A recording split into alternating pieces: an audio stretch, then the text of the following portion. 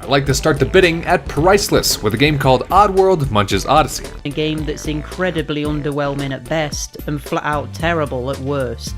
And even though I only played Abe's Odyssey and Abe's Exodus more recently, this game still captured my attention as a favorite and a classic. The game itself isn't very good.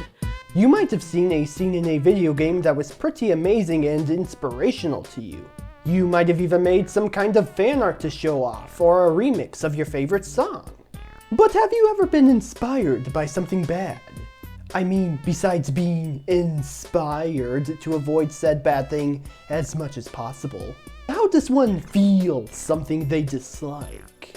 Well, it would be through the help of one simple tool. Multiple perspectives. Movement is super smooth, and you can move the stick with a different amount of force to make your feet squeak, take a nice stroll through the lower intestine, or sprint like your brother's disgusting egg crate lives depend on it. The controls are horrible too. Movement is done with the left analog stick, and it's way too sensitive, making it difficult to walk in a straight line, something you should be able to do without even thinking about it. Everyone is unique in their own special way, and one of those unique traits is being able to see the world through a different lens, offering unique outcomes that no one has ever thought of yet. This can be in the form of our imagination to create creative think pieces, as stated in Mission 1. But there are a few reasons why this game has become one of my absolute favorites. First of all, the levels are so unique from one another that sometimes that load screen pops up with the title of the level, and I get so excited because I've been waiting for that level to come for so long. There's now multiple loading screens you have to go through to enter new levels, which wouldn't be a problem, but Abe's Odyssey and Exodus literally didn't have visible loading screens apart from when you first launched the game. However, while making your own creative art pieces great and all, it would be a shame if no one was around to notice it. Now, just to be clear here, you don't necessarily need to be seeking adoration to feel proud of an art piece you've made. How you feel is whatever you decide to feel. But with that said, most others want to show off their art piece when they feel they are finished with it. The variety in the gameplay keeps things interesting without throwing out too many new mechanics that you have to constantly learn. But where the game falls down is in the fact that there's almost no variety going from level to level.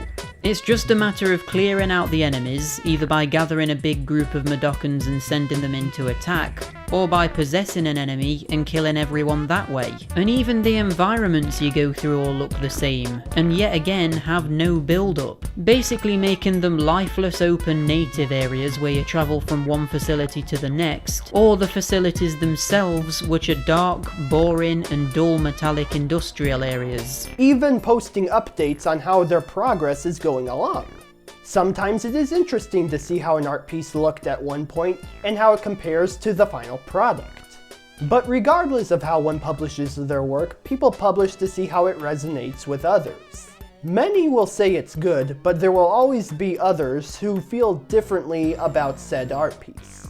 It's got so many goofy and ridiculous scenes, and this cutscene right before you start playing as Munch is where the game really tries to show you what kind of game it is. These characters have so much personality and simply ooze a tasty substance that you can't help but fall in love with. Then when we're shown Vika's labs, the tone is just completely off, with these horrible looking new villains look really sinister and evil, basically being made into a joke instantly with these childish jokes and slapstick comedy elements that just fall flat. These are what I find to be the more interesting parts when critiquing an art piece, as hearing the same praise over and over again can only yield so much input to work off of.